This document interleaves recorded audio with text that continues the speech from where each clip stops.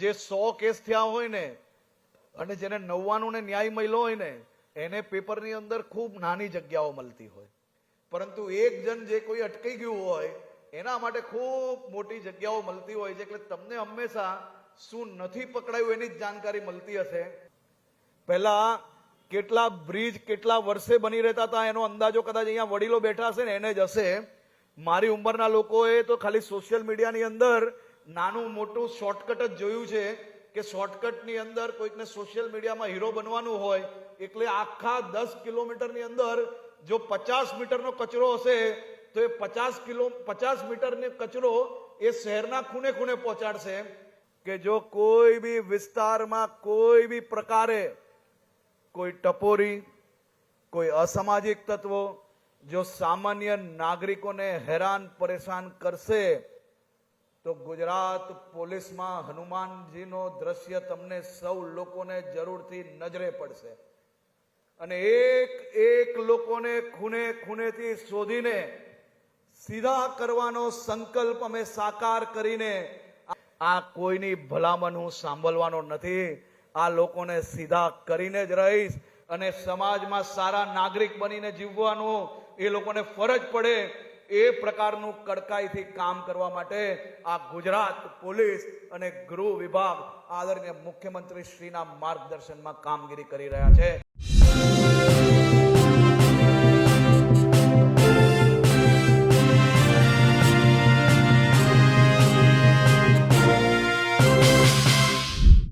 ગુજરાતમાં અત્યારે કાયદો અને વ્યવસ્થા કથળેલી છે.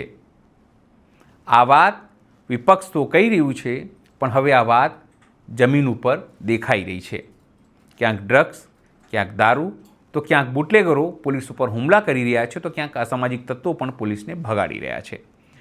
એવું નથી કે પોલીસ કાર્યવાહી નથી કરી રહી, પોલીસ કાર્યવાહી પણ કરી રહી છે, પણ લાગે છે કે પોલીસની કાર્યવાહીમાં ક્યાંક કચાશ છે, કાયદાનું ડર નથી. આ જવાબદારી કોની? સ્વાભાવિક છે આપણા નાના મુખ્યમંત્રી હર્ષ સંઘવીની.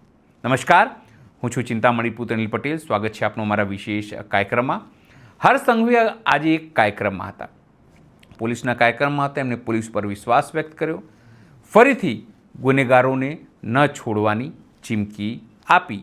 પણ જે રીતે તેમના ફોટા એક આધ્યાત્મિક ગુરુ સાથે પકડાયા, જેની પાસે 2 કરોડના નકલી નોટ પણ પકડાયા, લાગતું હતું કે જાણે તેઓ ખુલાસો આપતા હોય કે તેનો સંબંધ તેમની સાથે નથી અને એટલા માટે કોઈ પણ આરોપી પકડાય તો તેની સામે કાયદો કાર્યવાહી કરશે તેવી વાત કહી.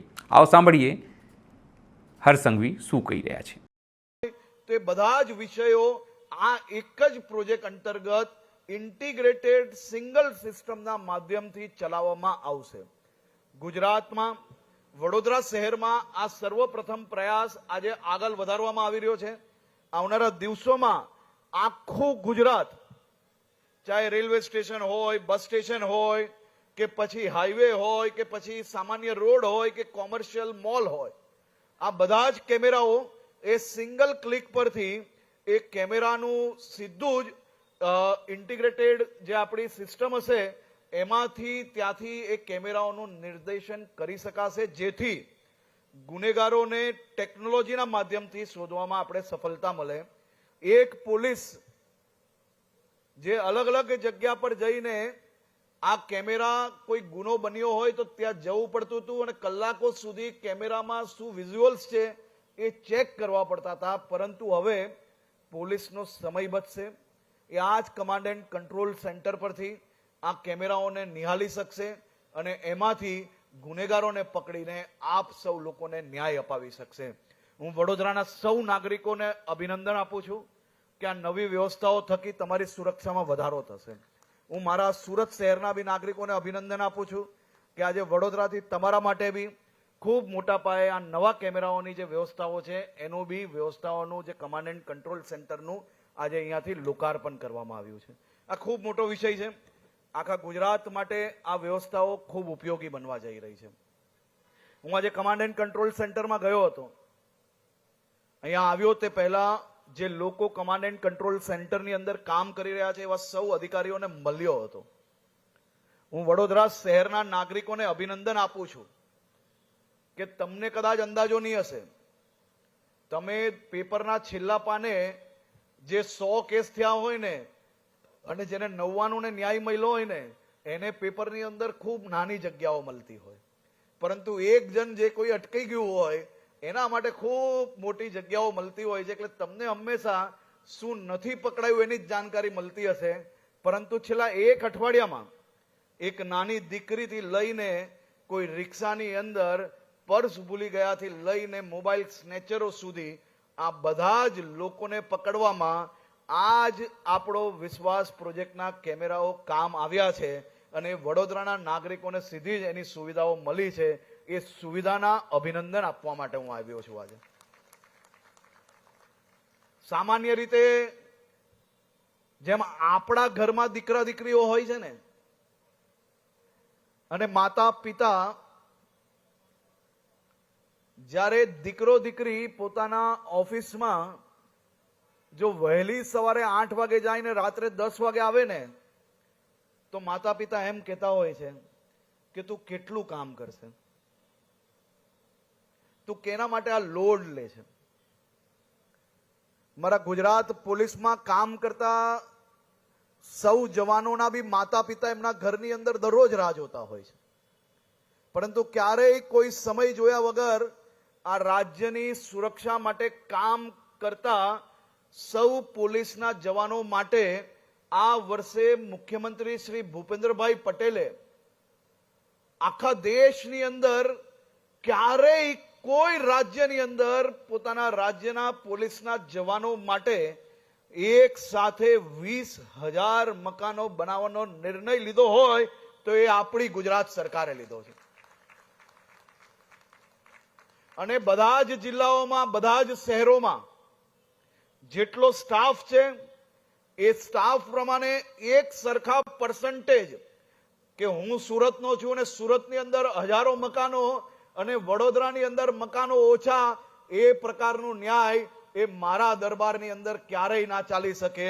બધા જ શહેર, બધા જ જિલ્લામાં પોલીસનો જે સ્ટાફ છે એ સ્ટાફ પ્રમાણે નક્કી કરેલા પર્સન્ટેજ પ્રમાણે જ્યાર સુધી બધા જિલ્લામાં ના બની જાય અને એ પર્સન્ટેજથી વધારે કોઈ જિલ્લાઓમાં હોય તો એ જિલ્લાઓ પર હમણાં નવા મકાનોની રોક અને જે જિલ્લાઓમાં ઓછા છે એને સૌથી પહેલા આપવાનો નિર્ણય લેવામાં બી આખા દેશની અંદર આપણી ગુજરાત સરકાર એક જ સરકાર છે. આજે વડોદરા શહેરમાં નવા પ્રોજેક્ટો તો મળ્યા જ છે, પરંતુ સાથે સાથે વડોદરા જિલ્લા માટે બી ખૂબ મહત્વના અનેક નિર્ણયો અને અનેક ખાતમુહૂર્ત લોકાર્પણ કરવામાં આવી રહ્યા છે. વડોદરા જિલ્લા વહીવટી તંત્ર દ્વારા અને ખાસ કરીને માર્ગ અને મકાન વિભાગ અને અન્ય વિભાગો મળીને 335 કરોડ રૂપિયાના 44 વિકાસના કામોની ભેટ એ વડોદરા જિલ્લાના નાગરિકોને મળવાની છે. આ 44 પ્રોજેક્ટ વડોદરાના ગામડાઓ અને શહેરી વિસ્તારોની સિકલ બદલી નાખવાની છે. 207 કરોડનો ઐતિહાસિક બ્રિજ, આ ઐતિહાસિક બ્રિજ કરજણ તાલુકાના ઓજપુરા અને મોટી કોરલ લિંક પર મોટી કોરલ અને ભાલોદ વચ્ચે 207 કરોડના જંગી ખર્ચે બનાવવામાં આવી રહ્યો છે. અહીંયા બેઠેલા મોટા ભાગના લોકોએ, મારી ઉંમર ને મારી પછીના ઉંમરના લોકોએ તો ખાલી મોદી શાસન જ જોયું છે, એટલે એને અંદાજો જ નથી કે પહેલા કેટલાય કલાકે અહીંયાથી અમદાવાદ પહોંચતા હતા, પહેલા કેટલા બ્રિજ કેટલા વર્ષે બની રહેતા હતા એનો અંદાજો કદાચ અહીંયા વડીલો બેઠા હશે ને એને જ હશે. મારી ઉંમરના લોકોએ તો ખાલી સોશિયલ મીડિયાની અંદર નાનું મોટું શોર્ટકટ જ જોયું છે કે શોર્ટકટની અંદર કોઈકને સોશિયલ મીડિયામાં હીરો બનવાનું હોય એટલે આખા 10 કિલોમીટરની અંદર જો 50 મીટરનો કચરો હશે તો એ 50 મીટરનો કચરો એ શહેરના ખૂણે ખૂણે પહોંચાડશે, પણ 950 મીટર જેને સાફ કરીને જેટલી મહેનત પડીને જે પ્રકારની વ્યવસ્થાઓ ગોઠવાઈ છે ને એ કોઈ સુધી પહોંચતું નથી હોતું. પણ જેને મોદી શાસન જોયું છે ને એના માટે આ વિકાસ એટલા માટે નવાઈ નથી કારણ કે તમે ભૂતકાળના શાસન જોયા જ નથી. ભૂતકાળનું શાસન જોયું હોય તો જ અંદાજો આવશે કે ગામોથી શહેર સુધીના રોડો કેમ નતા બનાવવામાં આવતા? ગામોથી શહેર સુધીના રોડો બને તો ગામના લોકો શહેર જોડે જોડાય, શહેર જોડે જોડાય તો એને બધી જ સચ્ચાઈઓ ખબર પડવા માંડે, લોકો હોશિયાર થાય, લોકો મુખ્ય ધારામાં જોડાય તો જ ખાલી ને ખાલી મતબેંકનો ઉપયોગ જેનો થતો હતો એ સૌ લોકોને ખરેખર કોઈકે જો વિકાસ પહોંચાડ્યો હોય ને તો એક વ્યક્તિએ પોતાના નિજી જીવનનો તપ કરીને આપણા રાજ્યના 6.5 કરોડ લોકોને વિકાસની યાત્રામાં જોડીને ગુજરાતને દેશનું નંબર 1 બનાવ્યું અને હવે દેશને દુનિયામાં એક અલગ જ સ્થાને પહોંચાડે છે. એવા દેશના વડાપ્રધાન શ્રી નરેન્દ્રભાઈ મોદીજીનો આજે હું વડોદરા શહેરમાં આપ સૌ વતી એમનો આભાર માનું છું અને હું પોતે નતમસ્તક વંદન થઈને એમની આ જીવન યાત્રાને સલામી આપું છું કે આપ સાહેબે મારા અને મારા જેવા લાખો કરોડો યુવાનોને પ્રેરણા આપી. પ્રેરણા કેની આપી? તો રાજનીતિ નહીં પણ સમાજ નીતિથી કામ કરો, સામાજિક કામ કરો અને વધુમાં વધુ લોકોને સેવા કઈ રીતે પહોંચી શકે તે દિશામાં કામ કરવાની રાજનીતિ કોઈએ આ દેશની અંદર ઊભી કરી હોય તો એ આપણા સૌના લોકલાડીલા નેતા આદરણીય મોદીજીએ કરી છે. આ બ્રિજ 207 કરોડ રૂપિયાનો છે. તમને સૌ લોકોને કદાચ નવાઈ નહીં લાગતી હોય પણ આ કરોલથી ઝઘડિયા, ભાલોદ ઝઘડિયા કેટલી વાર લાગતી હતી પહેલા? ભાઈ પહેલા કેટલા કિલોમીટર જવું પડતું? જોરથી બોલો.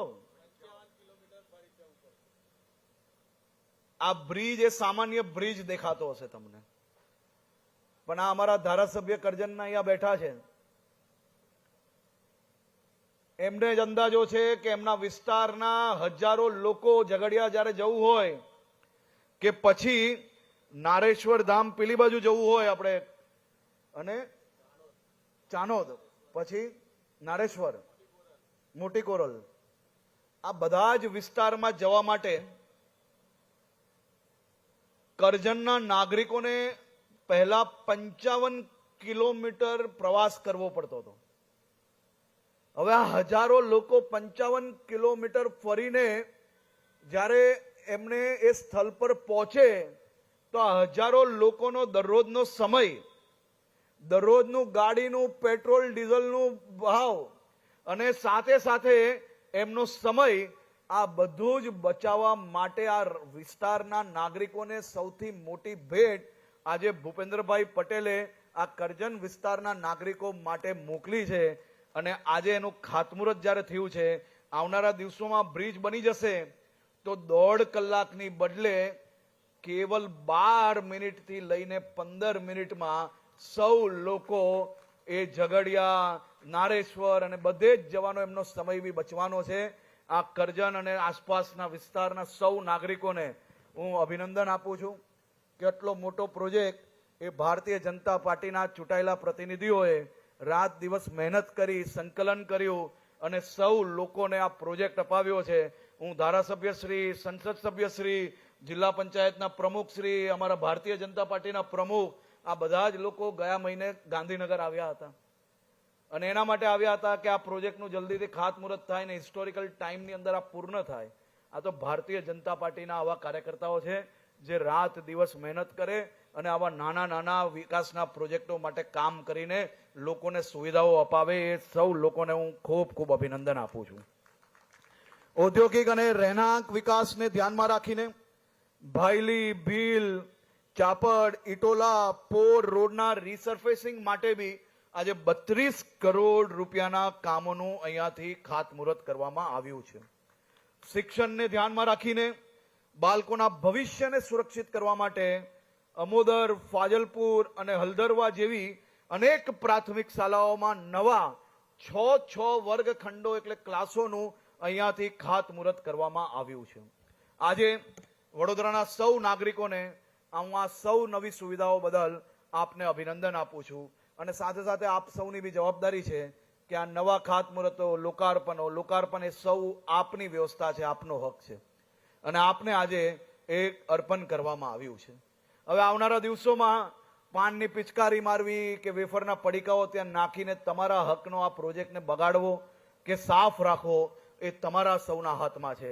જેમ તમે સૌ લોકો નાની નાની દુવિધાઓની કમ્પ્લેન કરો છો, તો આપણે એક વસ્તુ ધ્યાનમાં રાખવી જોઈએ કે આ કમ્પ્લેન જ્યારે આપણે કરીએ છીએ તો આ જ પ્રકારની કામગીરીને બગાડીને આપણે ગમે તેટલા ભણેલા ગણેલા હોઈએ પણ જો એક સ્વચ્છતા કર્મીનું કામ આપણે વધારીએ તો એ ભણતર તમને કોઈ કામ નથી આવવાનું. હું આપ સૌ લોકોને વિનંતી કરું છું કે સૌ લોકો સમાજની આ વ્યવસ્થાઓને વધારવા માટે, એને સુવિધાઓ વધારવા માટે આપણે સૌ લોકો ઉપયોગી થઈએ. આપણે સૌ લોકો આ સુવિધાઓને વધુ સુવિધા તરફ આગળ વધારવા માટે એકબીજાને સાથ રાખીને ટીમ વડોદરા તરીકે કામ કરીએ. અને વડોદરામાં ફરી આજે હું એક વાત કહેવા માંગુ છું કે ગુનેગારોનો કોઈ ધર્મ નથી હોતો, ગુનેગારોની કોઈ જાતિ નથી હોતી. ગુનેગાર એ અસામાજિક તત્વોને સીધા કરવા માટે ગુજરાત પોલીસ કટિબદ્ધ છે. અમારા ડીજીપી KLN રાવના માર્ગદર્શનમાં આખી ગુજરાત પોલીસે મક્કમ નિર્ધાર કર્યો છે કે જો કોઈ બી વિસ્તારમાં કોઈ બી પ્રકારે કોઈ ટપોરી, કોઈ અસામાજિક તત્વો જો સામાન્ય નાગરિકોને હેરાન પરેશાન કરશે તો ગુજરાત પોલીસમાં હનુમાનજીનો દ્રશ્ય તમને સૌ લોકોને જરૂરથી નજરે પડશે. અને એક લોકોને ખૂને ખૂનેથી શોધીને સીધા કરવાનો સંકલ્પ અમે સાકાર કરીને આપ સૌ લોકોને હજી વધુ સુરક્ષિત કઈ રીતે આ વડોદરા બનાવવું તે દિશામાં કામ કરવા માટે શહેરના પોલીસ કમિશનર અને એમની આખી ટીમ કામગીરી કરી રહી છે. રેન્જ આઈજી અને એમની આખી ટીમ દરેક જિલ્લાની અંદર આ જ સંકલ્પ જોડે કામ કરી રહી છે. અને ક્યાંય જો અમારી ટીમ ચૂકી જાય તો એમની ઉપર હું બેઠો છું. અડધી રાત્રે ફોન કરજો. આ લુખ્ખા ટપોરીઓને સીધા કરવાનો સંકલ્પ લીધો છે. એમને ચાહે એટલી હિંમત અજમાવી લે, ચાહે એટલા લોકોને, નાના મોટા રાજનૈતિક લોકોનો સહારો લઈને આ કોઈની ભલામણ હું સાંભળવાનો નથી. આ લોકોને સીધા કરીને જ રહીશ. અને સમાજમાં સારા નાગરિક બનીને જીવવાનું એ લોકોને ફરજ પડે એ પ્રકારનું કડકાઈથી કામ કરવા માટે આ ગુજરાત પોલીસ અને ગૃહ વિભાગ આદરણીય મુખ્યમંત્રી શ્રીના માર્ગદર્શનમાં કામગીરી કરી રહ્યા છે. આપ સૌ લોકોનો ફરી એકવાર ખૂબ ખૂબ આભાર. હરસંઘવી જે રીતે બચાવમાં ઉતર્યા છે પોતાની અને પોતાની સરકારની એ આધ્યાત્મ ગુરુ સામેથી, એ સ્વાભાવિક છે આપણને એવું લાગે કે કઈ રીતે ઇજ્જત સરકારની બચાવી, ભાજપની બચાવી અને પોતાની બચાવી એ તેના જુગતમાં લાગ્યા છે. પણ સ્વાભાવિક છે આ અંગે આપ શું વિચારો છો જરૂરથી અમારા કોમેન્ટ બોક્સમાં કોમેન્ટ કરજો. સિવાય અમારી યુટ્યુબ ચેનલ લાઈક કરો, સબસ્ક્રાઇબ કરો, બેલ આઇકન દબાવો. સાથે અમારી વેબસાઇટ છે www.gujaratpress.in, ત્યાં પણ વધુ અપડેટ થઈ શકો છો. અત્યારે માટે આટલું જ. નમસ્કાર.